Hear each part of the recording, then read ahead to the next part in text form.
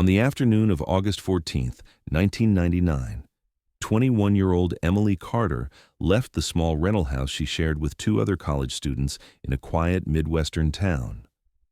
It was a Saturday, warm but breezy, and she had plans later that evening to meet friends for dinner. Before leaving, she told her roommate she was going for a bike ride to clear her head and get some exercise. At 3:12 p.m., she sent a short text message, primitive for the time when few had cell phones, saying she'd be back by 6. She climbed on her mountain bike, wearing athletic shorts, a faded t-shirt, and her favorite baseball cap. That simple ride would mark the last time anyone saw her alive. The route Emily took was one she knew well. It wound from the suburban street where she lived, past a series of cul-de-sacs, and connected to a paved trail that ran alongside a river before looping back toward town. Friends would later tell police she often biked that path when she needed to unwind. It wasn't remote. Families walked dogs there, joggers passed through, fishermen used the riverbank. But parts of it dipped into shaded stretches of woods where sightlines narrowed and foot traffic thinned. For Emily, it was routine. For investigators who would later retrace her route, it became the first great puzzle. When 6 o'clock came and went, Emily's roommate Rachel wasn't immediately alarmed. Emily was independent and social. Maybe she stopped to talk with someone. Maybe she decided to extend her ride. By 7, though, Rachel tried calling. No answer. By 8, the sun was setting, and the unease began to sharpen into fear. Emily had never failed to check in. At 9:15, Rachel called Emily's parents, who lived 2 hours away. By 10, she contacted the police. Officers arrived at the small house before midnight. At first, they treated it as a possible delay, a young woman who lost track of time.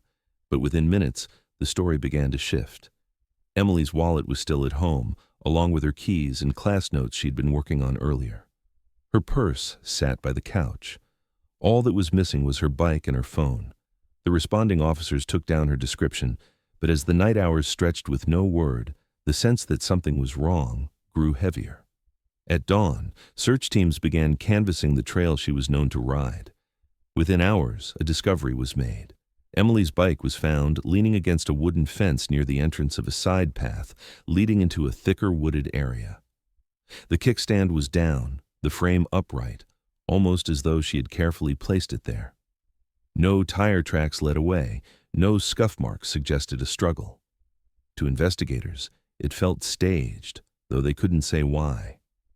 The search expanded. Dozens of volunteers scoured the woods. Police dogs traced her scent along the trail, but lost it near the river's edge, where currents ran fast and unpredictable. Helicopters hovered overhead, while officers in boats dragged portions of the river with hooks and sonar. Yet, not a single personal item, a shoe, a cap, a fragment of clothing, turned up. For every theory, there was a counterweight. If she fell in, why no body? If she was abducted, why leave the bike in plain view? As news spread, fear rippled through the community. Parents warned their children to stay off the trails. Joggers traveled in pairs. Flyers with Emily's smiling photo appeared on telephone poles, in gas stations, at the local library.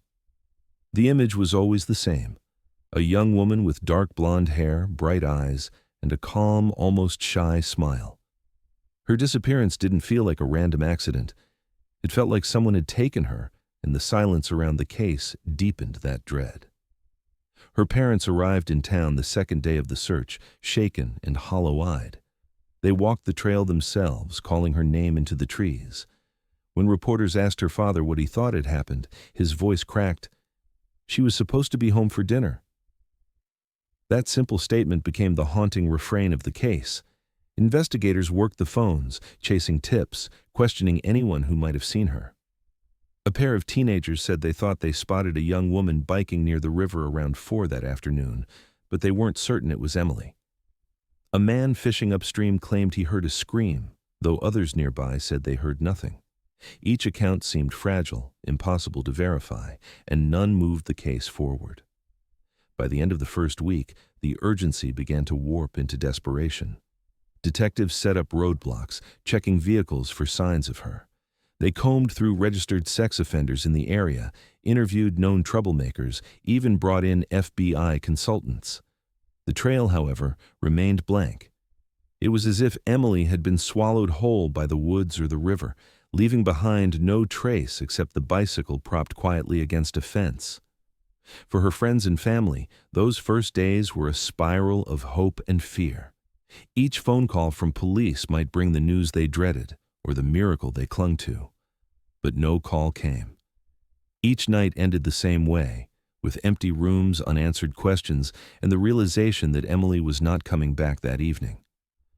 What had started as an ordinary bike ride had already hardened into something darker, something permanent. And as days stretched into weeks, it became clear this was only the beginning of a mystery that would haunt the town for decades to come. In missing persons investigations, the first 48 hours are often described as critical. For Emily Carter, those hours would be consumed by frantic searches, unanswered questions, and a mounting sense that whatever had happened on that trail was not going to resolve quickly. By the time officers stood over her bicycle leaning neatly against the wooden fence at the trailhead, the clock had already been ticking for nearly 12 hours. The placement of the bike was the first detail that unsettled detectives. It was upright, balanced carefully on its stand, the chain intact, the tires firm. There were no scuff marks on the ground, no signs it had been dropped in panic or torn away in a struggle. To the untrained eye, it could have looked as if its rider had simply walked off into the woods and never returned. The search began almost immediately. At sunrise, law enforcement brought in dogs trained to follow human scent. The animals traced Emily's trail down the paved path, confirming she had been there, but every single dog lost the scent in the same place, a patch of packed dirt near the riverbank, about 100 yards from where the bike was found. Divers were dispatched into the river, dropping into the cold, murky current. They scoured the shallows, pulled at tangled roots, and scanned the silt with sonar, but found no trace of a body, no clothing, not even a shoe. For investigators, it was a disorienting contradiction, scent evidence ending near water, yet nothing in the water to show she was ever there. By the second day, the investigation had widened. Helicopters hovered low over the surrounding woods, scanning for any sign of disturbed ground, a bright fabric, or a path cut through brush. Officers knocked on doors in nearby neighborhoods, asking residents if they had seen a young woman pass through, if they noticed any vehicles parked oddly near the trailhead. A few people remembered seeing joggers, families, and dog walkers, but no one recalled a young woman matching Emily's description that afternoon. A couple who lived in a house with a partial view of the trail said they had seen her bike propped against the fence sometime around 4, but they didn't see who placed it there, nor did they notice anyone suspicious nearby. The vagueness of the details left detectives with more frustration than clarity. Back at the house Emily shared with her roommates, investigators conducted a careful sweep. Nothing suggested she had planned to leave on her own. Her purse, wallet, and identification were there. Her closet still held her clothes. Her textbooks lay open on the desk where she had been studying the day before. Her bank account showed no unusual withdrawals, and her phone records revealed no concerning calls. The only thing that stood out was the last text she had sent to her roommate before leaving. Back by 6. It was ordinary, but its normalcy made it haunting. As the hours passed, more volunteers joined the effort. Friends from college campuses, neighbors, even strangers from nearby towns walked side by side through the woods calling her name. Some carried flashlights into the night, others brought food and water for the searchers. The sheriff's department coordinated grid searches across fields and wooded ravines, but every sweep ended the same way, with nothing to bring home. Local news stations began covering the story, broadcasting Emily's photograph and appealing to anyone who might have seen her. Tips trickled in, but each one collapsed under scrutiny. Behind the scenes, theories began to form. Some investigators leaned toward the possibility of abduction. The neat placement of the bicycle, the sudden cutoff of her scent, and the complete absence of personal belongings suggested she might have been forced into a vehicle. Others wondered if she had suffered an accident, slipped into the river perhaps, where strong currents could have carried her downstream.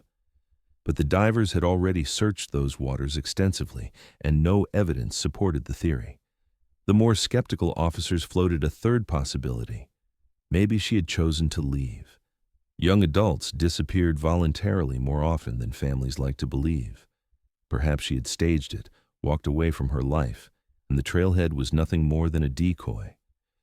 Yet when they looked at Emily's history, her close bond with her family, her upcoming classes, the plans she had made for that very evening, nothing fit that explanation. As the second night fell, tension inside the Carter family home reached a breaking point. Her mother, exhausted from walking the trails all day, wept openly at the dinner table. Her father spoke in clipped sentences to the investigators, pressing them for answers that no one could give. The weight of those unanswered questions hung over every conversation. Friends described Emily as reliable, not the kind of person to simply vanish. Detectives were left with a narrowing window of time and the creeping realization that the longer she remained missing, the less likely it was they would find her alive. By the end of the first 48 hours, the official stance was grim. They had searched the woods, the river, and the neighborhoods. They had interviewed anyone who might have seen something. They had followed the dogs, checked the currents, looked from the air, and still had nothing. Emily Carter had disappeared into a void that defied logic. The bike stood as the only physical marker of her last known moment, and even that detail seemed misleading. Investigators closed out those first 2 days with files full of notes but no direction, leaving them with a mystery that was only deepening. And as the search stretched beyond those crucial hours, suspicion began to shift, not just toward the landscape, but toward the people in Emily's life and what they might not have told police. In the days following Emily Carter's disappearance, investigators turned their focus toward the people in her life. If the woods and river had failed to yield answers, perhaps someone close to her could. The process began with those most obvious: her ex-boyfriends, classmates, co-workers at the small bookstore where she worked part-time. Detectives moved systematically, pulling phone records, asking about alibis, watching body language for signs of deceit. Emily's last serious relationship had ended 6 months earlier. The young man in question admitted they had argued often, that the breakup hadn't been clean. He said he hadn't seen or spoken to her in weeks, but police pressed harder. They interviewed friends who confirmed the split had been bitter, and for a brief moment, suspicion hung over him. But his alibi checked out. He was out of state the weekend she vanished, visiting family. Receipts, eyewitness accounts, and even a time-stamped toll booth photo verified his claim. For investigators, it was frustrating. He had motive, but not opportunity. Attention shifted to her co-workers. At the bookstore, colleagues described her as kind, quiet, and reliable. One remembered a strange incident weeks before. Emily mentioned feeling like someone was following her on her walk home. She hadn't been overly dramatic, just slightly unsettled. She brushed it off, chalking it up to nerves, but the memory struck investigators as significant. Was it paranoia or a warning sign that someone had been watching her? Detectives canvassed the area around the bookstore, asking if anyone had noticed a man loitering or a vehicle that didn't belong, but nothing surfaced. Then came the jogger. On the second day of the search, a witness had reported seeing a man running near the trail around the same time Emily would have been riding. He was described as tall, wearing dark shorts and a cap, and he appeared to be alone. Investigators tracked him down within a week. He was a local resident, a software engineer, who often ran that loop in the afternoons. He admitted he remembered seeing the police later that evening, but he swore he had not encountered Emily. He even consented to a search of his home and vehicle. Nothing connected him to the disappearance. Still, for weeks afterward, whispers in the community persisted, people pointing at joggers on the trail, suspicious of strangers who fit the vague description. In the absence of answers, fear turned ordinary neighbors into potential suspects. As summer turned to fall, rumors took on a life of their own. One suggested Emily had been stalked. A young woman who lived near her recalled seeing a car idling outside their rental house late at night in the weeks before she vanished. The vehicle was described as a dark sedan, but no license plate was ever noted. Police checked registration lists for similar models, questioned known offenders in the area, but once again, nothing concrete emerged. Each lead felt promising at first, then dissolved under the weight of missing detail. The investigation also extended into Emily's academic world. Professors and classmates were interviewed. She had been a strong student, preparing for her senior year. She wasn't in debt, wasn't in trouble, wasn't described as depressed or unstable. Everything in her life suggested continuity, not disappearance. Yet detectives had to ask the hard questions. Was she secretly planning to leave? Was there someone she was meeting that day, someone unknown to her closest friends? But no journals, no phone calls, no computer searches pointed to such a plan. With each dead end, frustration mounted inside the task force. They had the bike, the text message, and the time frame of her ride, but little else. Detectives began re-interviewing residents who lived near the trail. One man said he thought he heard raised voices in the woods that afternoon, but he admitted he wasn't certain. It could have been children playing. Another said he remembered seeing a parked truck on a side road, but when pressed, he couldn't describe the make, model, or even the color. Eyewitness accounts blurred and contradicted each other, giving investigators more questions than answers. Within 3 weeks, the tone of the case shifted. Media pressure increased. News anchors asked why, with so many resources deployed, police still had no suspect. Emily's parents begged publicly for information, standing at a press conference with trembling hands as they held her photo. Detectives worked 12-hour shifts, but privately admitted the trail was cold. Without evidence of a crime, no blood, no clothing, no witnesses of an abduction. The case was adrift. As fall deepened, the spotlight on the jogger faded. The ex-boyfriend was cleared, and the rumors of a stalker dissolved into nothing but chatter. Every suspect they had considered slipped through their fingers, leaving investigators back where they started, with a young woman who had gone for a bike ride and never returned. By the end of that first month, the initial urgency had begun to unravel into silence. Detectives knew that without fresh evidence, the likelihood of finding her diminished with each passing day. And just as the case seemed to stall, focus turned to the river that cut through the trail, a dark, restless force that might have been holding on to secrets no one was yet ready to face. The river became the next focus of the investigation. It cut through the edge of the trail like a moving boundary, shallow in some places, but deceptively deep in others. To locals, it was a familiar presence. Children skipped stones there, fishermen cast their lines, joggers stopped to cool off in its shade. But to investigators, it quickly became a symbol of possibility and dread. The dogs had tracked Emily's scent down the paved path and lost it near the waterline. That detail was enough for police to suspect she might have fallen in or been forced toward it.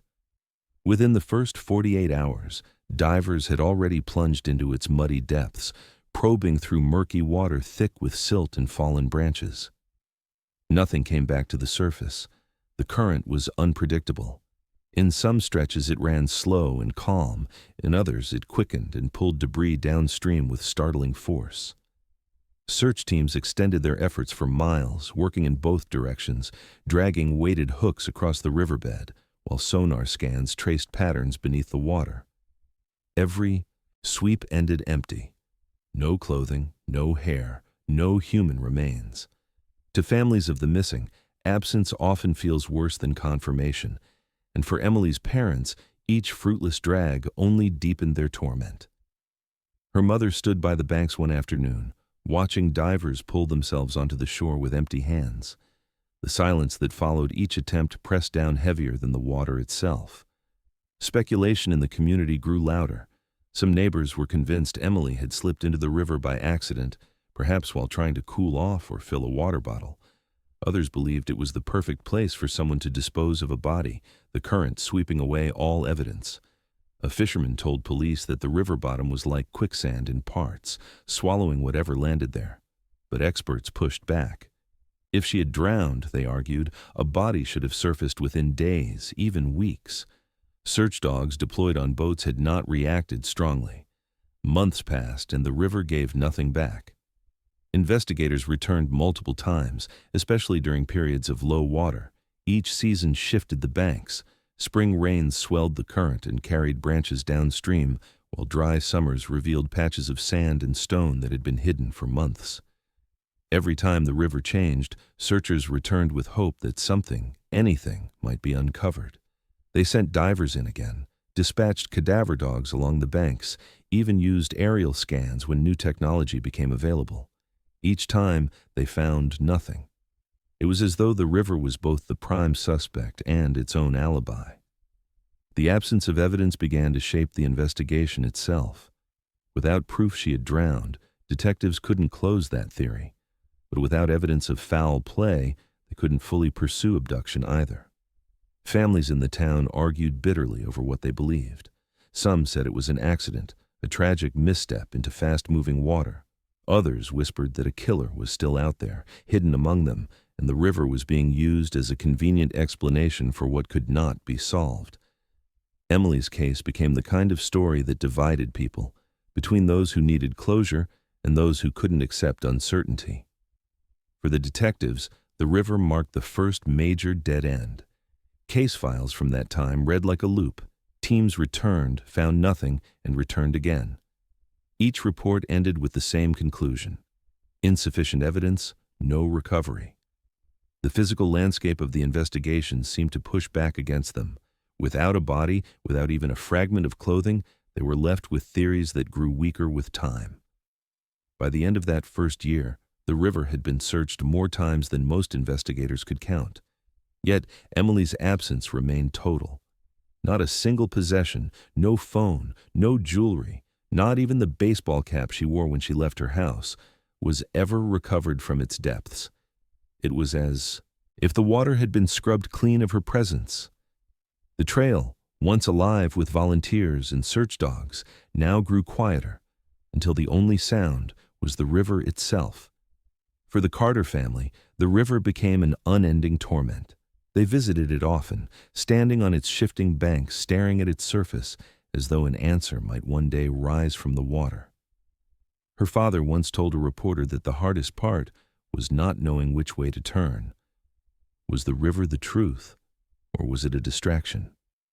Each day without clarity pulled them further into despair.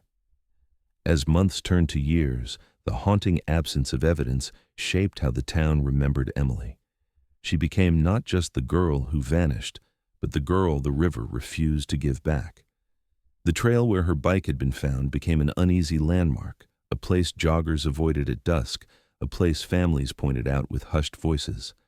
And even as detectives chased other leads, suspicion always circled back to the same question. Had Emily Carter's final moments ended here, in this water that gave no answers? As the first year without Emily Carter slipped into the second, the case began to take on the heavy stillness that comes when answers fail to appear. The initial urgency that once brought helicopters into the skies and boats onto the river slowly dissolved into a quieter rhythm of unanswered phone calls and thin leads. Detectives who had once worked long hours on her disappearance were reassigned. New names came onto the case file, each one inheriting binders filled with old reports, search maps, and witness statements that had already been picked apart dozens of times.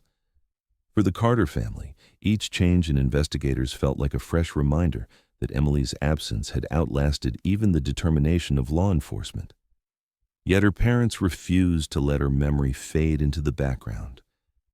On the anniversary of her disappearance, they organized a candlelight vigil at the trailhead where her bicycle had been found. Dozens of neighbors and friends gathered in silence, holding flickering flames that lit the path she had last taken. Her mother spoke softly to the crowd, thanking them for not forgetting.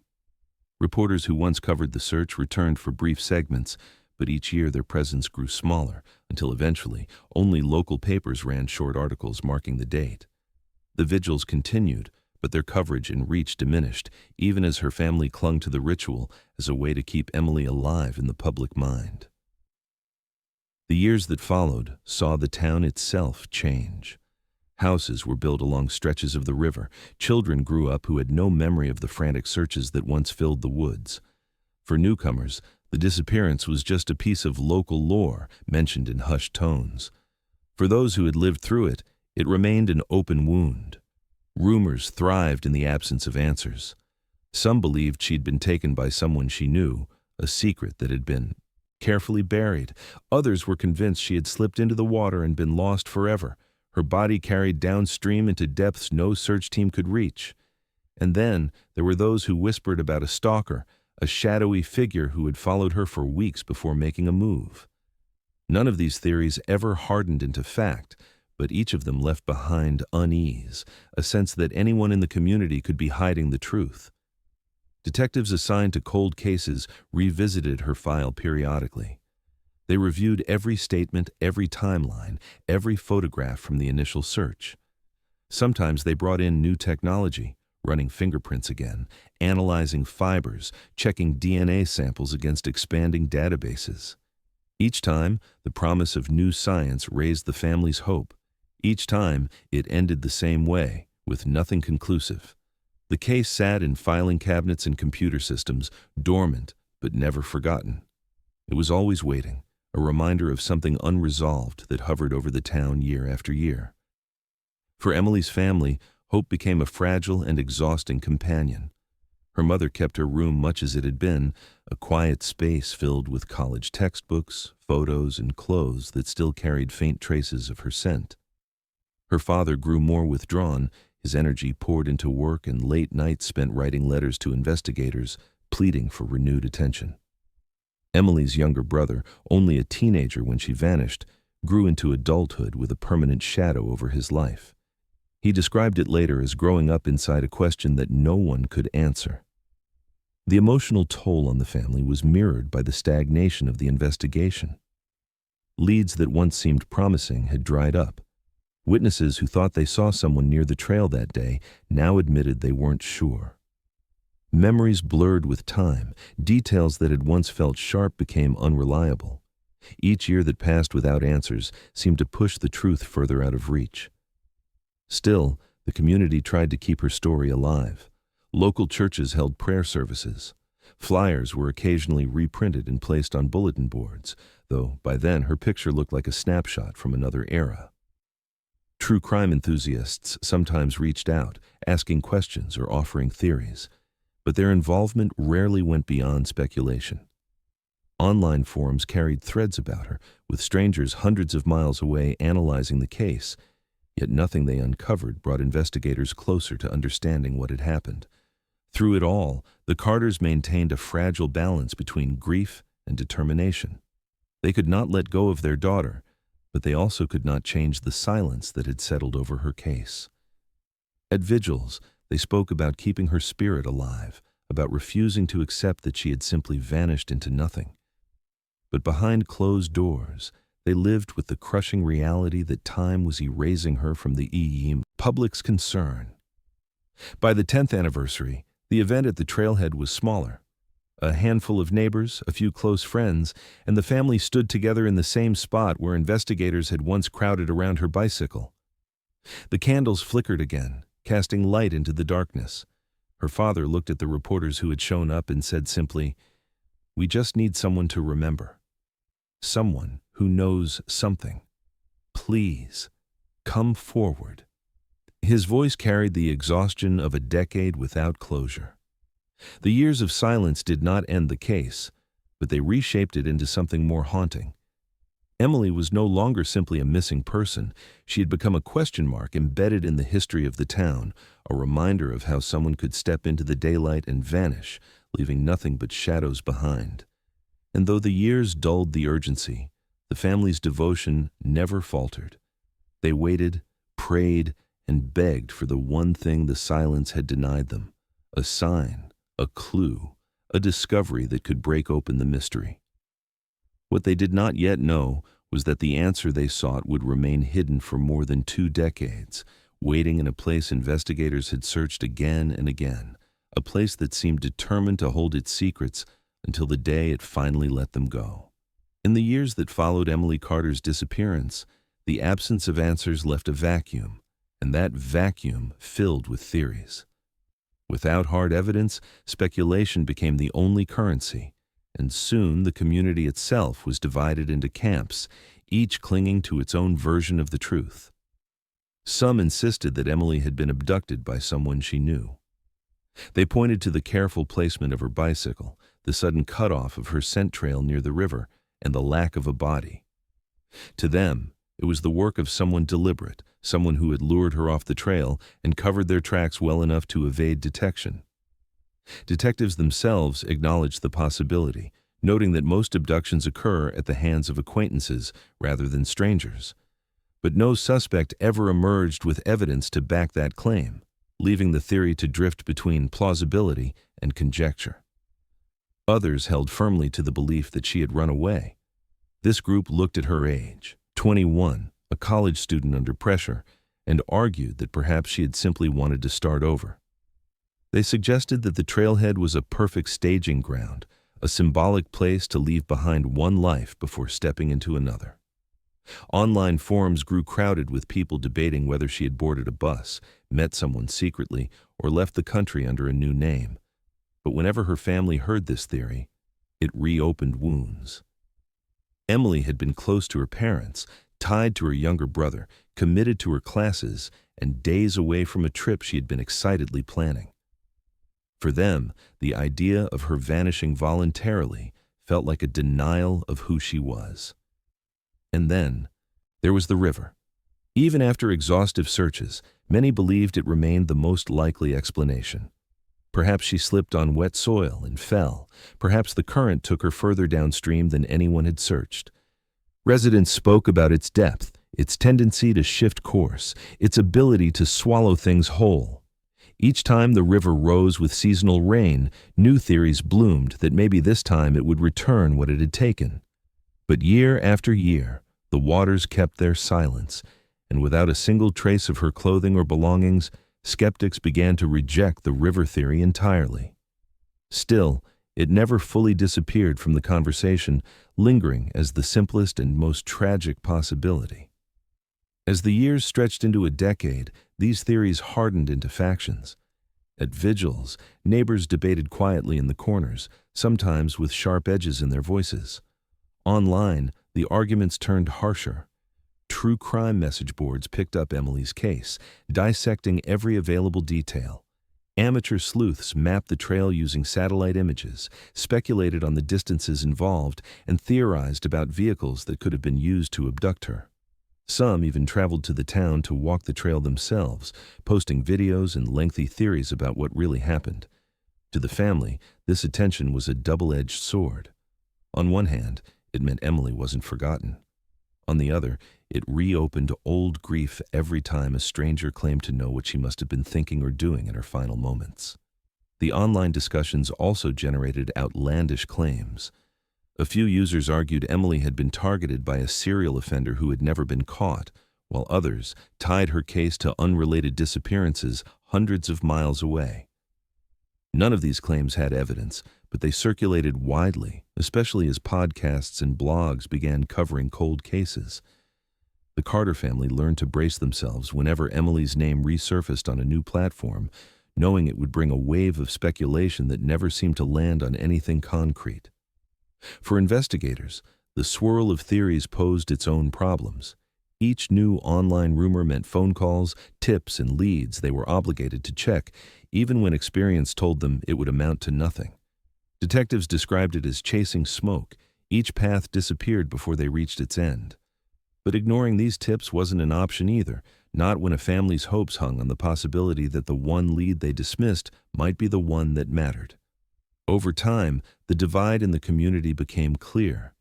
There were those who believed foul play was undeniable, that Emily had been taken by someone whose secret still lingered in plain sight.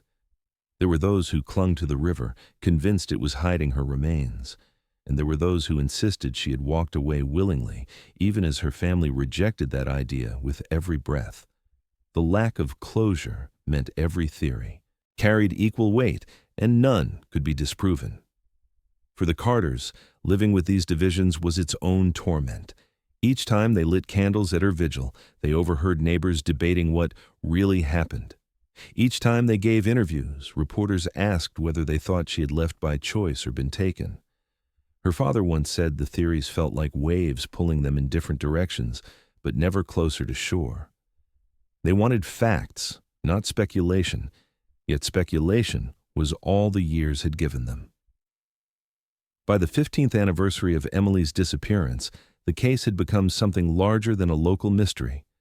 It was a story that lived both in the town and on the internet, reshaped and retold by strangers who had never met her. And though the noise of theories kept her name alive, it also buried the truth deeper under layers of assumption and guesswork. What the Carters could not know then was that the answer to Emily's disappearance was not buried in online debates or in the imaginations of strangers. It was still out there, hidden in a place investigators had already searched, waiting quietly for the day it would finally reveal itself. Nearly a decade after Emily Carter vanished, the case file had grown thick with reports, but progress remained thin. Then, out of nowhere, a tip came in that reignited hope. A man traveling through a small town nearly 40 miles away called police after reading an article about Emily's unsolved disappearance. He claimed that years earlier, around the time she went missing, he had stopped at a gas station late at night and noticed a young woman who looked strikingly similar to the photos now circulating. She was with an older man, he said, and she seemed nervous, avoiding eye contact, clutching a small backpack as if it were her only possession. For him, it had been a passing memory, odd but unremarkable, until he saw her face again in the newspaper. He was now convinced the woman at that gas station was Emily. When the lead reached the Carter family, it landed like lightning. Her mother clutched at the possibility with trembling hands, unable to stop herself from imagining that Emily had survived, that she had simply been taken far from home. For investigators, it represented the first promising lead in years, something tangible to chase after in a sea of silence. Detectives were dispatched to the small town, digging through old gas station records, trying to confirm whether security cameras had captured anything. But the problem was clear from the start. Too much time had passed. Surveillance footage no longer existed, and employees from that era had moved on. Those who could be tracked down had no memory of that specific night. The witness himself was interviewed multiple times. He was cooperative, insistent that his memory was real, but the details wavered under scrutiny. At first, he said the car was a dark sedan. Later, he wasn't sure if it had been a truck. He thought the man with her had a beard, but then admitted it might have been stubble. The inconsistencies didn't necessarily mean he was lying. Memory is fragile, especially after so many years. But for investigators, it weakened the strength of the account. Still, they felt obligated to follow every possible connection. Police sketched out a timeline, cross-referencing missing persons in neighboring counties around the same period. They checked known offenders who might have passed through the area, hoping to match the description of the older man. Nothing connected. The more they chased the lead, the more it began to dissolve. When they ran the details past Emily's family, they clung to the possibility anyway. Her father drove to the town himself, stopping at the very gas station the witness described, staring at the pumps, the fluorescent lights, the cracked pavement, as if he might find some trace of her there. He left with nothing but silence. For a few months, the tip became the center of the case. It was circulated through law enforcement channels, shared with other states, even picked up briefly by regional media. Reporters asked if Emily might still be alive, hidden under a new name or trapped in a situation she couldn't escape. For her family, the question was almost unbearable. They had spent years grieving, years holding vigils and staring at an empty chair at the dinner table.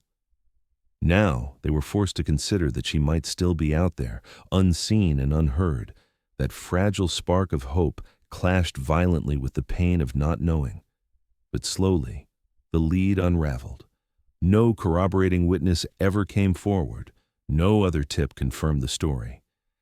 Detectives eventually admitted that while the man's account was earnest, it could not be substantiated. He might have seen someone who looked like Emily, but there was no evidence it was her. The gas station memory became just another line in the file, another what if, stacked on top of dozens of others. The collapse of the lead devastated her family. For weeks after, her mother spoke of Emily in the present tense again, telling reporters she believed her daughter was alive. When the police finally told them the tip had gone nowhere, the weight of disappointment was crushing.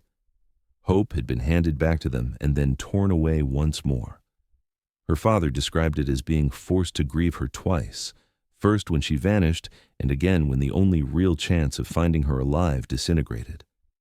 For the community, the episode deepened the cynicism around the case. People began to view new tips with suspicion, assuming they would end the same way. Even some detectives admitted privately that they dreaded fresh leads, not because they didn't want resolution, but because each one seemed destined to reopen old wounds without bringing answers. The cycle had become predictable, a glimmer of hope followed by a collapse into nothing. By the time the gas station lead was officially closed, the case had grown colder than ever. Files sat in drawers, aging alongside the family that refused to let Emily's memory fade. What lingered most from that false lead was the reminder of how fragile hope could be, how it could be both a lifeline and a knife. And as another anniversary passed without answers, the Carter family faced the same unrelenting silence that had defined the case from the beginning. What they did not yet know was that the silence would stretch on for years more, until the day the river itself finally gave up the secret it had been holding all along. By the 20th anniversary of Emily Carter's disappearance, the case had slipped quietly from the headlines. The flyers that once covered telephone poles were long gone, and the trail where her bike was found no longer drew search parties or news crews. For the town, life had moved forward. New families had moved in. Children had grown up with no memory of the search helicopters or candlelight vigils.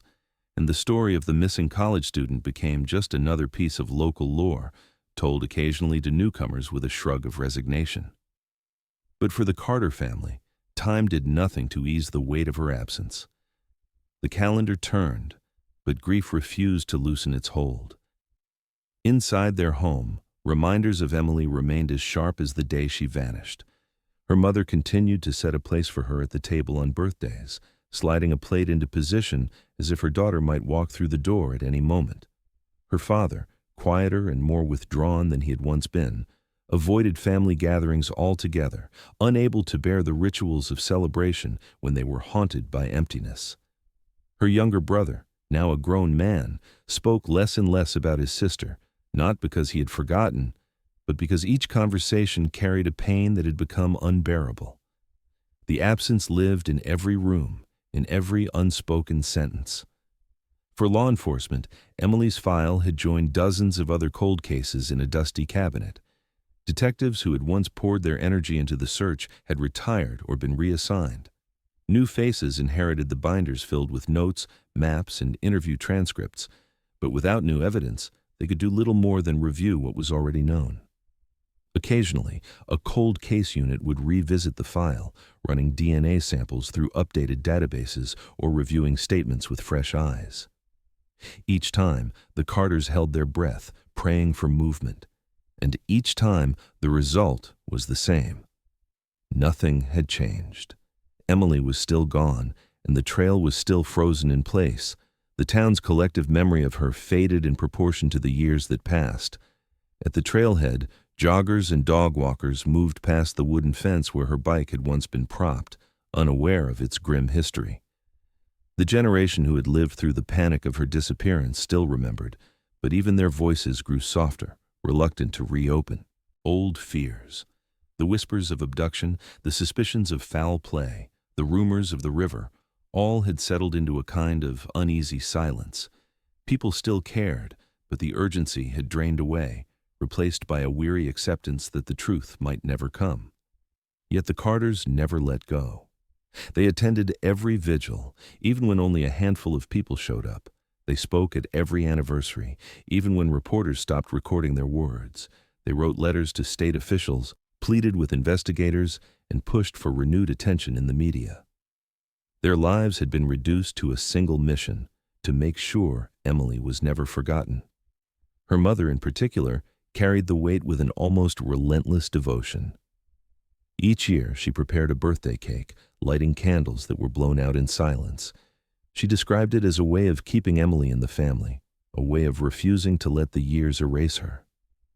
Behind the determination, however, lay a deeper pain. Friends described how the Carters' marriage strained under the pressure, how conversations at family gatherings inevitably circled back to Emily, as though nothing else in life mattered. Her father once admitted to a neighbor that he couldn't step into the woods anymore, couldn't stand to look at the river that had failed to give them answers. The silence around the case had seeped into their lives, becoming a constant presence, as steady and suffocating as the air they breathed. Meanwhile, technology advanced. Investigators began using digital mapping, DNA matching, and online databases that hadn't existed when Emily first vanished.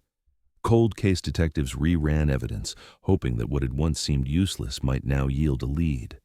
But Emily's case offered them little. There were no fingerprints, no hair samples, no confirmed belongings beyond the bicycle itself. They had almost nothing to reanalyze. The files remained as barren as the trailhead where she was last seen. As the 20th anniversary approached, local reporters returned to the story for a brief retrospective. They interviewed the Carters again, asking them how they had survived 20 years of not knowing. Her mother spoke softly, her voice breaking as she admitted that the hardest part was the silence, that not knowing was worse than hearing the worst. Her father simply said, "We're still waiting." Those words hung in the air, not just as a statement of endurance, but as a reminder of the unbearable weight of 2 decades spent in limbo. For the town, Emily's case had become a faded memory, the kind of story told to remind people to be careful, to lock their doors, to watch their children on the trails. For the family, it remained the center of their existence. They carried the absence with them into every day, a wound that refused to close. The police files gathered dust, waiting for a clue that might never come. And yet, beneath the silence, the answer to what had happened to Emily Carter was still out there, hidden in a place no one expected, waiting for the moment when the riverbank itself would finally reveal the truth. 22 years after Emily Carter vanished, the river that had been searched again and again finally shifted. That summer, the region was gripped by one of the worst droughts in decades. Water levels dropped to record lows, exposing muddy banks that had been submerged since before Emily disappeared. It was in one of these stretches, less than half a mile from the trailhead where her bicycle was discovered, the 2 hikers stumbled upon something that would reopen the case in the most haunting way. At first, it was nothing more than a flash of faded color caught in the roots of a tree that jutted out from the riverbank. Curious, the hikers stepped closer and realized it was fabric, pale, sun-bleached, and frayed by years of exposure. When they pulled gently, they found it was tangled tightly, as if the river itself had tried to bury it. Nearby, partially covered in silt, lay bones. The discovery froze them in place. They backed away, called authorities, and within hours the riverbank was sealed off with tape, drawing in detectives, forensic teams, and news crews. For investigators who had inherited Emily's case, the call was both shocking and surreal. The river had been searched countless times over the years with divers, sonar, and dogs. Yet here, within sight of the very path she had ridden that day, lay the evidence that had evaded them for more than 2 decades. The recovery process was slow and deliberate. Forensic teams sifted carefully through layers of mud, documenting each bone fragment, each scrap of fabric, each trace that time had left behind. Among the remains, they uncovered a delicate silver necklace with a small pendant, an item Emily's mother instantly recognized when shown photographs. It was the necklace Emily had worn nearly every day, a gift from her grandmother. The news hit the Carter family with a force they were both prepared for and unprepared to bear. For years they had balanced between hope and despair, never certain if Emily was alive or gone. Now, the confirmation came in the starkest form possible. DNA testing would later verify the remains as Emily's, but her family needed no laboratory to tell them. The necklace alone was enough. Her mother broke down when investigators delivered the news, saying it was the answer she had prayed for, but also the one she had feared most. Her father described it as a kind of cruel mercy. At last, they knew. But knowing meant there was no more hope left to cling to. The discovery raised as many questions as it answered. The remains were too degraded to determine a cause of death. Forensic anthropologists examined the bones, but after 22 years in shifting soil and water, the evidence simply wasn't there.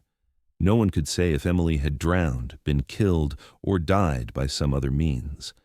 The clothing fragments were too worn to reveal whether they bore marks of violence. What investigators could say was this: Emily had been there all along, hidden by the river that had been suspected since the beginning. The location of the discovery deepened the mystery. The site lay less than half a mile downstream from where her bike had been found. It was an area searched multiple times in the weeks and months after she disappeared. Cadaver dogs had been brought in, divers had scoured the water, yet somehow the remains had gone undetected. Experts explained that the river was unpredictable. Shifting currents could bury remains under mud and silt, only to reveal them years later when conditions changed. Floods might have moved her body further downstream, then drought exposed what had long been concealed. Whatever the explanation, the reality was undeniable. The river had kept its secret for 22 years, only to surrender it by chance during an unusually dry season. For the Carter family, the discovery forced them into a new kind of grief. It was the end of uncertainty, but not the end of pain. They held a funeral service with the remains that had been recovered, burying them beside Emily's grandparents in the family plot. Her mother placed the silver necklace inside the casket, returning it to her after decades apart. The community gathered once more, older now, their faces marked by years that had passed since the last time they stood together in prayer for Emily. Some felt a sense of closure, others admitted the discovery only deepened the tragedy. For investigators, the case remained officially unsolved. Without a cause of death, they could not classify it as homicide, accident, or suicide. Officially, the file remained open, marked by a discovery that solved the question of where Emily had gone, but not how or why. Cold case detectives continued to review what evidence remained, but most admitted privately that the truth would likely never be known. The river had given them Emily back, but not the story of her final moments. As news spread beyond the town, Emily's case became one more haunting reminder of how time and nature can conceal and reveal in equal measure. Her story was shared in documentaries and online forums, debated again with the same old theories: abduction, accident, or choice, but now with the grim certainty that she had never left that place. The Carter family no longer had to wonder where Emily was, but the discovery did not bring peace, only the heavy silence of an answer that still felt incomplete. The river had finally given up its secret, but in doing so, it ensured that the most important questions, the ones her family had carried for more than 2 decades, would remain unanswered forever. When the forensic results came back, there was no longer any doubt. The skeletal remains recovered from the exposed riverbank were confirmed as belonging to Emily Carter. After 22 years of waiting, her family finally had an answer to the question of where she was. But as with so many cold cases, the answer came wrapped in silence. The tests could confirm identity, but they could not provide a cause of death. Too much time had passed, too much evidence had been erased by water, soil, and years of exposure. The scientists explained that her bones carried no clear signs of trauma, no fractures that pointed definitively to violence, but they also could not rule it out. The conclusion in the official report was stark and unsatisfying: undetermined. For investigators, this was the cruelest kind of resolution. They had always said that finding her would be the key to unlocking the truth. Yet even with her remains recovered, they were left unable to close the file. Was it a tragic accident, a fall into the water that had concealed her body for decades? Was it the act of someone who knew her, someone who used the river's currents to hide their crime? Or could she, against all arguments and family protests, have chosen to leave life on her own terms? None of those questions could be answered, and in the world of unsolved disappearances, undetermined is as final as it gets. For Emily's parents, the discovery was a double-edged sword. After 2 decades of not knowing, they finally had their daughter home.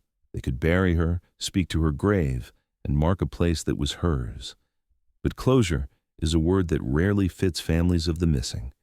For them, there was only a heavier grief, sharpened by the reality that they would never truly understand what had happened on that August afternoon. Her mother described it as living with two truths, that Emily was found and that the mystery of her death would never be solved. The funeral service was small and intimate. Family, a handful of lifelong friends, and a community aged by the passing decades stood in quiet reverence. The necklace recovered with her remains was placed carefully back into her casket, a symbol of the life she once lived. Her younger brother, now in his 30s, spoke for the first time about how he had grown up in the shadow of her absence. He admitted that while he had prayed for answers, the reality of having them without explanation was harder than he ever imagined. The service ended with the same haunting uncertainty that had defined the last 22 years, the knowledge that she was gone, but not how or why. The town received the news with a mixture of relief and unease. Some believed the discovery proved what they had always suspected, that the river had taken her life in a tragic accident. Others argued that the lack of evidence pointed more convincingly to foul play. Online forums reignited with speculation, each theory reigniting old divides. For investigators, the renewed attention brought little comfort. Their statements to the media were careful and measured.